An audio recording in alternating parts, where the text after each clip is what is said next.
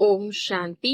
முரளி தேதி 8/5/2026. காலை முரளி பாப்தாதா மதுபன். இனிமையான குழந்தைகளே, இப்போது நீங்கள் சூத்ர வம்சத்திலிருந்து பிராமண வம்சத்திற்கு வந்திருக்கிறீர்கள். தந்தை பிரம்மா வாயின் மூலம் உங்களை தத்தெடுத்திருக்கின்றார். இதே குஷியில் இருங்கள். கேள்வி: எந்த ரகசியத்தை பிராமண குலத்தை சார்ந்த குழந்தைகள் மட்டுமே புரிந்து கொள்ள முடியும்? பதில்: நிராகார ஷோபாவா நமக்கு தந்தையாக இருக்கின்றார். மேலும் இந்த பிரம்மா நமது தாயாக இருக்கின்றார். நிராகார பகவான் தாய், தந்தையாக, நண்பன், துணைவனாக எப்படி ஆகின்றார் என்ற ஆழமான குப்தமான ரகசியத்தை பிராமண குலத்தை சார்ந்த குழந்தைகள் மட்டுமே புரிந்து கொள்ள முடியும். அதிலும் யார் தெய்வீக குலத்தில் உயர்ந்த பதவி அடையக்கூடியவர்களோ அவர்களே இந்த ரகசியத்தை யதார்த்தமாக புரிந்து கொள்வார்கள். ஓம் சாந்தி. குழந்தைகள் அமர்ந்திருக்கிறீர்கள். நமது பாப்தாதா வந்திருக்கின்றார் என்பதை புரிந்து கொண்டிருக்கிறீர்கள். தந்தை, அதாவது பாப் தாதாவுடன் சேர்ந்து விடும் பொழுது பாப் தாதா வந்திருக்கின்றார் என்று கூறுவீர்கள். அவர் ஆசிரியராகவும் இருக்கின்றார். தந்தை தாதாவின்றி எதையும் கூற முடியாது. புத்தி வேலை செய்ய வேண்டும், ஏனெனில் இது புது விஷயம் அல்லவா? பக்தி மார்க்கத்தில் ஒருவரை மட்டுமே நினைவு செய்கின்றனர். நமது குரு இந்த இடத்தில் இருக்கின்றார் என்று கூறுவர். அவரது சரீரத்தின் பெயரை அறிந்திருக்கின்றனர். எமது பாபா, எமது தாய் இந்த இடத்தில் வசிக்கின்றனர்.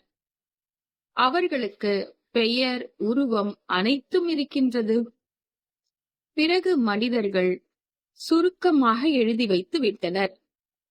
மனிதர்கள் எதை உருவாக்கி இருக்கின்றனரோ அதில் சிறிது தவறு இருக்கிறது. நீங்கள்தான் தாயும் தந்தையுமாக இருக்கிறீர்கள் என்று பாடுகின்றனர். இது ஒரே ஒருவருக்கு தான் பாடப்பட்டிருக்கிறது. பிரம்மாவிற்காகவும் பாடப்படவில்லை, விஷ்ணுவிற்காகவும் அல்ல, சங்கரருக்காகவும் அல்ல.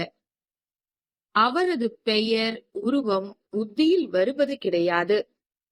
நீங்கள்தான் தாய், தந்தை, நாங்கள் உங்களது குழந்தையாக இருக்கின்றோம் என்று பாடினாலும் புத்தி மேலே சென்று விடுகிறது. கிருஷ்ணரை யாரும் நினைவு செய்ய முடியாது. நிராகாரமானவரை தான் நினைவு செய்வர். அவருக்குதான் மகிமைகள் உள்ளன. ஆக இங்கு அமர்ந்திருக்கும் பொழுது லௌகீக சம்பந்தங்களில் இருந்து புத்தியை நீக்கி பரலோகிக்க தந்தையை நினைவு செய்ய வேண்டும் என்று தந்தை புரிய வைக்கின்றார். இந்த நேரத்தில் இவர் உங்கள் எதிரில் இருக்கின்றார். பக்தி மார்க்கத்தில் என்ன பாடினாலும் கண்களால் மேலே பார்த்து கூறுகின்றனர், நீங்கள்தான் தாய், தந்தை, ஏ பகவான் என்று கூறி நினைவு செய்கின்றனர். பகவான் என்று கூறுகின்ற பொழுது சாலி கிராமத்தையும் நினைப்பது கிடையாது. கிளிப்பிள்ளையை போன்று அவ்வாறே பாடுகின்றனர். லக்ஷ்மி நாராயணனுக்கு இவ்வாறு கூற முடியாது. அவர்கள் மகாராஜா, மகாராணி ஆவர். அவர்களது குழந்தைதான் தாய், தந்தை என்று கூறுவர். துணைவன் என்று கூற மாட்டார்கள். பதீத பாவன் என்று பக்தர்கள் பாடுகின்றனர். ஆனால் சிவலிங்கமாக இருப்பார் என்று புத்தியில் வருவது கிடையாது. ஏ பகவான் என்று அவ்வாறே கூறிவிடுகின்றனர். ஏ பகவான் என்று கூறியது யார்? யாரை பார்த்து கூறுகின்றோம் என்பது எதுவும் தெரியாது. நான் ஆத்மா, அவரை அழைக்கின்றேன் என்ற ஞானம் ஒருவேளை இருந்தால் அவர் நிராகார பரமாத்மா என்பதையும் புரிந்து கொள்வர். அவரது சொரூபமே லிங்கமாகும். யதார்த்த முறையில் யாரும் தந்தையை நினைவு செய்வது கிடையாது. அவர் மூலம் என்ன பிராப்தி கிடைக்கும், எப்பொழுது கிடைக்கும் என்று எதுவும் தெரியாது. நீங்களும் அறியாமல் இருந்தீர்கள். இப்போது தந்தையினுடையவர்களாக ஆகிவிட்டீர்கள். சிவபாபா நம்மை பிரம்மாவின் மூலம் தனது குழந்தைகளாக ஆக்கியிருக்கின்றார் என்பதை அறிவீர்கள். இந்த பிரம்மா தாயாக இருக்கின்றார். இந்த பிரம்மா தாயின் மூலம் சிவபாபா தத்தெடுக்கின்றார். இந்த நேரத்தில் நீங்கள் நல்ல முறையில் அறிவீர்கள். நாம் சிவபாபாவின் குழந்தைகளாக இருக்கின்றோம். சாகாரத்தில் பிரஜாபிதா பிரம்மாவின் குழந்தைகளாக இருக்கின்றோம். பிரஜாபிதா பிரம்மாவின் மூலம் மனித சிருஷ்டியை படைக்கின்றார். புது உலகை படைக்கின்றார் என்பது கிடையாது. இந்த நேரத்தில் வந்து மடியில் அமர செய்கின்றார், தத்தெடுக்கின்றார். தாய் தந்தை என்று இப்போது கூறுகின்றோம் எனில், சிவன் தந்தையாகவும் பிரம்மா தாயாகவும் ஆகிவிடுகின்றார். அவர்கள்தான் தாய் தந்தை என்று கூறப்படுகின்றனர். ஆத்மாக்களாகி நீங்கள் எனது குழந்தைகளாக ஆகிவிட்டீர்கள் என்று பிரம்மாவின் மூலம் தந்தை கூறுகின்றார். பிறகு ஆத்மாக்களுக்கு அமர்ந்து அறிமுகம் கொடுக்கின்றார். ஆத்மா என்றால் என்ன? உருவங்களுக்கு நடுவில் நட்சத்திரம் போன்று இருக்கிறது என்று கூறுகின்றனரே தவிர வேறு எதுவும் தெரியாது. ஆத்மா 84 பிறவிகள் எடுக்கிறது. ஆத்மா ஷரீரத்தின் மூலம் நடிப்பு நடிக்கிறது. ஆத்மா ஒரு ஷரீரத்தை விடுகின்ற பொழுது பெயர், உருவம், தேசம், காலம் மற்றும் முழு குடும்பமும் மாறிவிடுகிறது. யாராவது தத்தெடுக்கின்றனர் எனில் குடும்பமே மாறிவிடுகிறது. எந்த தாய் தந்தை பிறப்பு கொடுக்கின்றார்களோ அவர்களையும் அறிவர். பிறகு யார் தத்தெடுத்தார்களோ அவர்களுடைய குடும்ப வாரிசாக ஆகிவிடுவர். இங்கு நீங்கள் சூத்ர வம்சத்திலிருந்து பிராமண வம்சத்திற்கு வந்திருக்கிறீர்கள். பிரம்மா உடலின் மூலம் பிரவேசமாகி உங்களை தத்தெடுக்கின்றார். நீங்கள் பிராமண குலத்திற்கு வந்துவிட்டீர்கள். இந்த விஷயங்களை சாஸ்திரங்களில் எழுத முடியாது. இது புரிய வைக்கப்படுகிறது. எழுதுவதன் மூலம் யாரும் புரிந்து கொள்ளவும் முடியாது. நாம் பரம்பிதா பரமாத்மாவின் குழந்தைகளாக ஆகியிருக்கின்றோம் என்பதை இப்போது குழந்தைகளாகி நீங்கள் மட்டுமே அறிவீர்கள். இவர் பிரம்மா தாய் ஆகிவிடுகிறார். பிரம்மாவை பிரஜாபிதா என்றுதான் கூறுகின்றனர். இவர் மூலம் குழந்தைகளாகிய உங்களை தத்தெடுக்கின்றார். இது எவ்வளவு குப்தமான விஷயமாகும். நேராக வராமல் யாரும் புரிந்து கொள்ள முடியாது.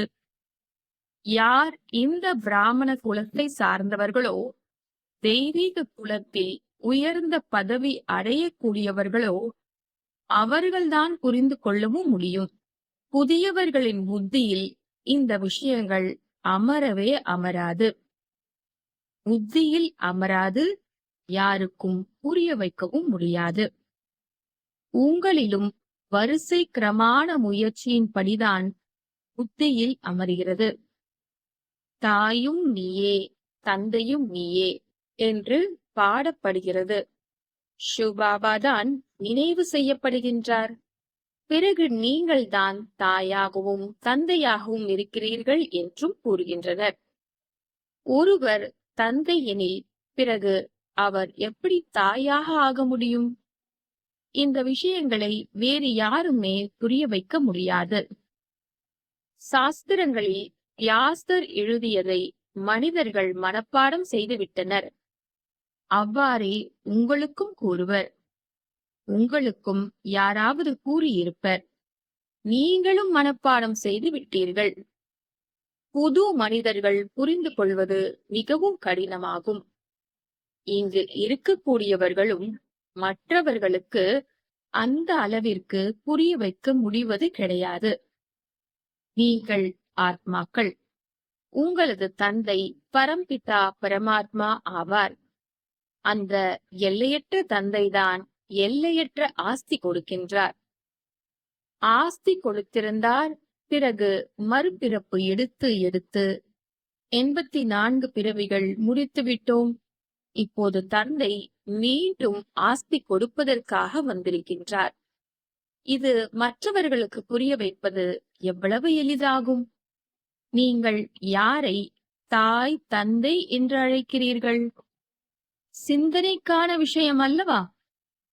பிரம்மாவின் மூலம் தத்தெடுக்கின்றார் எனில் பிறகு அவசியம் தாயும் தேவை. ஆக யார் முழு ஈடுபாட்டுள்ள பெண் குழந்தைகளாக இருக்கின்றார்களோ அவர்களுக்கு நாடகப்படி ஜெகதம்பா என்ற பட்டமும் கொடுக்கப்படுகிறது. ஆண்களை ஜெகதம்பா என்று கூற முடியாது. இவரை ஜகத்பிதா என்று கூறலாம். இவரது பிரஜாபிதா என்ற பெயர் மிகவும் பிரபலமானது. நல்லது, பிரஜா மாதா இங்கு இருக்கின்றார். ஆகவே ஆகவே தாய் தத்தெடுக்கப்படுகின்றார். ஆதி தேவன் இருக்கின்றார். பிறகு ஆதி தேவி தத்தெடுக்கப்படுகின்றார். ஜெகதம்பா ஒரே ஒருவர்தான். அவருக்குதான் மகிமை பாடப்படுகிறது. ஜெகதம்பாவிற்கு எவ்வளவு திருவிழாக்கள், அதாவது மேளா நடைபெறுகின்றன. ஆனால் அவரது தொழிலை பற்றி யாரும் அறியவில்லை. கல்கத்தாவில் காளியின் கோவில் இருக்கிறது. மும்பையிலும் ஜெகதம்பாவின் கோவில் இருக்கிறது. முகம் தனித்தனியாக இருக்கிறது. ஜெகதம்பா யார் என்பதை யாரும் அறியவில்லை. அவரையும் பகவதி என்று கூறுகின்றனர். ஜெகதம்பாவை பகவதி என்று கூற முடியாது. அவர் பிராமணி ஆவார்.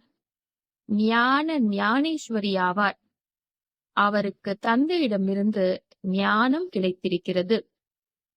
நீங்கள் அனைவரும் ஜெகதம்பாவின் குழந்தைகள்.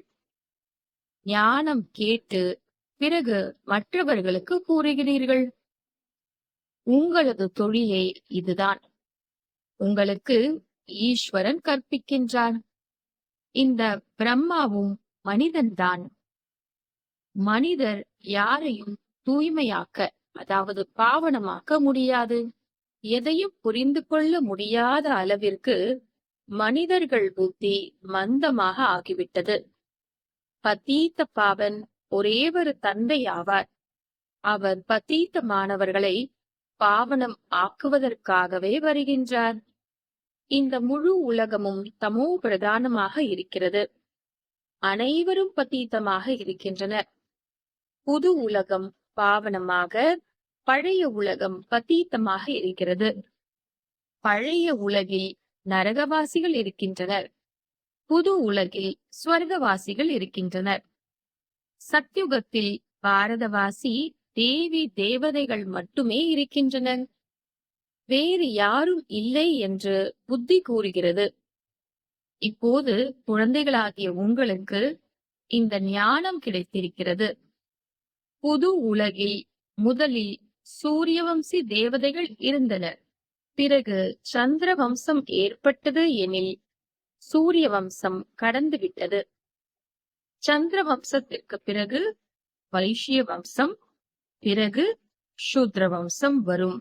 எனவே நிச்சயமாக லக்ஷ்மி நாராயணனின் ராஜ்யம் இருந்தது. நல்லது, அவர்கள் அதற்கு முன்பு எப்படி இருந்தனர் என்பதை யாரும் புரிந்து கொள்ள முடியாது. குழந்தைகளாகிய உங்களுக்கு தந்தை கால சக்கரத்தின் ரகசியத்தை புரிய வைக்கின்றார். துவாபரத்தில் வைஷ்ய வம்சம் ஆகும், கலியுகத்தில் சூத்ர வம்சம் ஆகும். நாம் பிராமணர்களாக ஆகியிருக்கின்றோம் என்பதை இப்போது நீங்கள் அறிவீர்கள். உங்களை தந்தை தன்னுடையவராக ஆக்கியிருக்கின்றார். அதாவது சூத்ர தர்மத்திலிருந்து தேவதா தர்மத்திற்கு மாற்றம் செய்திருக்கின்றார். இப்போது சூரிய வம்சம், சந்திர வம்சம் கிடையவே கிடையாது. லக்ஷ்மி நாராயணன் ராஜ்யமும் கிடையாது. ராம ராஜ்யமும் கிடையாது. இப்போது கலியுகத்தின் கடைசியாகும். கலியுகத்திற்கு பிறகு அவசியம் சத்யுகம் வரும். கலியுகத்தில் இது பழைய தூய்மையில்லாத உலகமாகும். மிகுந்த துக்கமானவர்களாக இருக்கின்றனர். அதனால் தேவதைகளிடம் சென்று மகிமை பாடுகின்றனர், தலை வணங்குகின்றனர். நல்லது. லக்ஷ்மி நாராயணனுக்கு இந்த ராஜ்யம் கொடுத்தது யார்? யாராவது கூற முடியுமா? யாருடைய எண்ணத்திலும் வர முடியாது. ஏனெனில் கலியுகம் இப்போது சிறு குழந்தையாக இருக்கிறது. இன்னும் 40,000 ஆண்டுகள் இருக்கிறது என்று புத்தியில் இருக்கிறது. அதனால்தான் இந்த எண்ணம் வருவதே கிடையாது. இப்போது உங்களுக்கு இந்த எண்ணம் வருகிறது, நமக்கு நினைவில் இருப்பது கிடையாது என்று சில குழந்தைகள் கூறுகின்றனர். ஏன் இருப்பது கிடையாது? ஏனெனில் அதிகாலையில் எழுந்து நினைவில் அமர்ந்து தாரணை செய்வது கிடையாது. புரிந்து கொள்ளவும் செய்கிறீர்கள், பிறகு யாருக்கும் புரிய வைக்க முடிவது கிடையாது. இம்மாதிரியான நிலை அவசியம் ஏற்படத்தான் செய்யும். அனைவரும் ஒன்று போல் புத்திசாலியாக ஆகிவிட முடியாது. புத்திசாலிகளும் தேவை, புத்தியற்றவர்களும் தேவை. அதிபுத்திசாலிகள் சென்று ராஜா ராணியாக ஆவார்கள். யார் எந்த அளவிற்கு அதிகம் புரிந்து கொண்டு புரிய வைக்கின்றார்களோ அவர்களது பெயர் பிரபலமாகிறது. கண்காட்சிக்கான ஏற்பாடு நடக்கிறது எனில் பாபா இன்னாரை அனுப்புங்கள் என்று எழுதுகின்றனர். நீங்கள் புரிய வைக்க முடியாதா? பாபா அவர்களுக்கு பயிற்சி அதிகம் இருக்கிறது. நாம் சிறிது அரைகுறையாக இருக்கின்றோம். யார் அழைப்பு கொடுக்கின்றனர்? அழைப்பு எங்கிருந்தெல்லாம் வருகிறது என்று எழுதி அனுப்புங்கள் என்று பாபா சுயம் கூறுகின்றார். யாரை அனுப்ப வேண்டும் என்று நான் பார்த்துக் கொள்கின்றேன். சந்நியாசிகளும் அந்த அழைப்பில் இருக்கின்றார்களா என்ன? பிறகு மிக நல்ல பிரம்மா குமாரியை அனுப்பி வைக்க வேண்டியிருக்கும். குமாரகா, மனோகர், கங்கா போன்றவர்கள் இருக்கின்றனர்.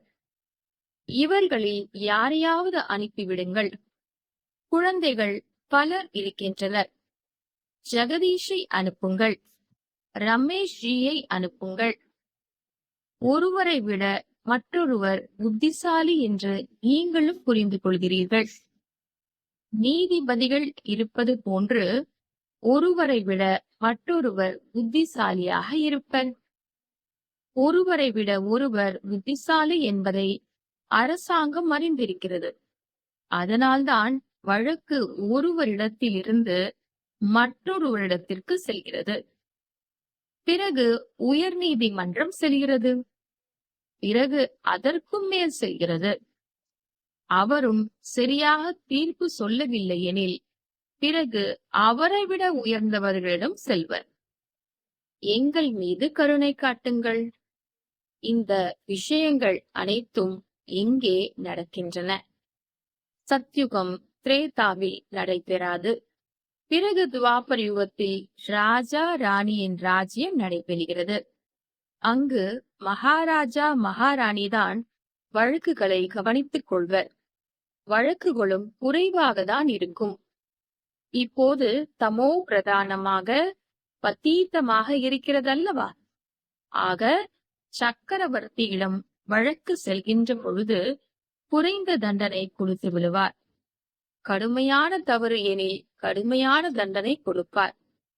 இங்கு எத்தனை நீதிபதிகள், வக்கீல்கள் உள்ளனர்? காரியங்களிலும் இந்த அளவிற்கு வித்தியாசம் இருக்கிறது.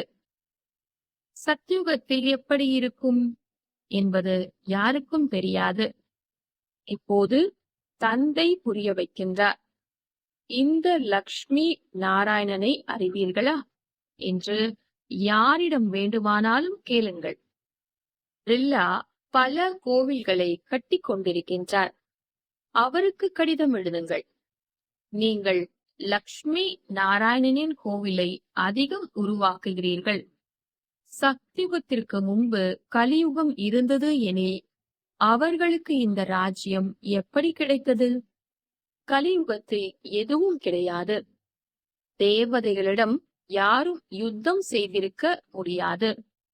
யுத்தத்தின் மூலம் யாரும் உலகத்திற்கு எஜமானர்களாக ஆகிவிடவும் முடியாது. உலகத்திற்கு எஜமானர்களாக இந்த லக்ஷ்மி நாராயணன் இருந்தனர். அவர்களது சிலைகள் தான் வைத்திருக்கிறீர்கள். இப்போது கலியுகமாக இருக்கிறது. இங்கு ஆயுதங்களின் மூலம் யுத்தம் நடைபெறுகிறது. கிறிஸ்துவ தர்மத்தை சார்ந்தவர்கள் தங்களுக்குள் ஒன்றாக சேர்ந்துவிட்டால், தங்களுக்குள் அன்பாக இருந்துவிட்டால் உலகத்திற்கு எஜமானர்களாக ஆகிவிடுவர் என்று தந்தை புரிய வைக்கின்றார்.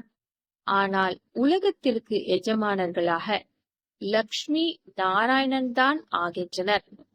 இவர்கள் தங்களுக்குள் சேர்ந்துவிட்டால் எஜமானர்களாக ஆகிவிடுவர் என்று புத்தி கூறுகிறது. ஆனால் சத்யுகத்தின் மகாராஜா மகாராணியாக யாரும் ஆகிவிட முடியாது. நாடகமே இவ்வாறு உருவாக்கப்பட்டிருக்கிறது. இப்போது நாம் மீண்டும் யோக பலத்தின் மூலம் ஸ்வர்க்கத்தின் ஆஸ்தி அடைந்து கொண்டிருக்கின்றோம்.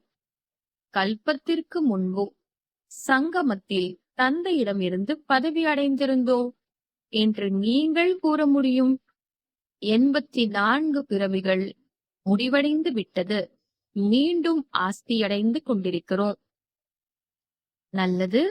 இனிமையிலும் இனிமையான தேடி கண்டெடுக்கப்பட்ட செல்லமான குழந்தைகளுக்கு தாய் தந்தையுமாகிய பாப்தாதாவின் அன்பு நினைவுகள் மற்றும் காலை வணக்கம்.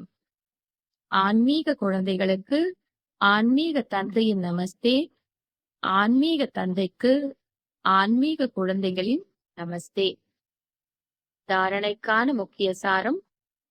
முதலாவது, தானும் தாரணை செய்யவும் மற்றும் மற்றவர்களுக்கும் செய்விப்பதற்காகவும் அதிகாலையில் எழுந்து தந்தையின் நினைவில் அமர வேண்டும். என்ன புரிந்து கொண்டீர்களோ அதை மற்றவர்களுக்கும் புரிய வைக்கும் பயிற்சி செய்ய வேண்டும். இரண்டாவது, லௌகீக சம்பந்தங்களில் இருந்து புத்தியின் தொடர்பை நீக்கி ஒரு பரலோகிக தந்தையை நினைவு செய்ய வேண்டும். தந்தையிடமிருந்து எந்த ஞானத்தை அடைந்தீர்களோ அதை கேட்டு அனைவருக்கும் கூற வேண்டும். இதுதான் உங்களது தொழிலாகும். வரதானம்.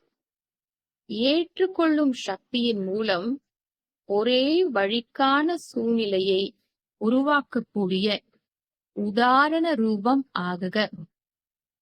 ஏற்றுக்கொள்ளும் சக்தியின் மூலம் ஒரே வழிக்கான சூழ்நிலையை உருவாக்கக்கூடிய உதாரண மூர்த்தி ஆகுக. விளக்கம். ஒரே மாதிரியான மணி, ஒரே ஆர்வத்துடன் மற்றும் ஒரே ஸ்திதியில் நிலைத்திருத்தல். ஒருவரின் வழிப்படி நடப்பவர்கள் தங்களுக்குள் சங்கல்பத்திலும் ஒரே வழியுடன் இருத்தல். இப்படிப்பட்டவர்கள்தான் மாலையில் மணியாக வருவார்கள். ஆனால் தனக்குள் ஏற்றுக்கொள்ளும் சக்தி இருந்தால்தான் ஒரே வழிக்கான சூழ்நிலை உருவாகும்.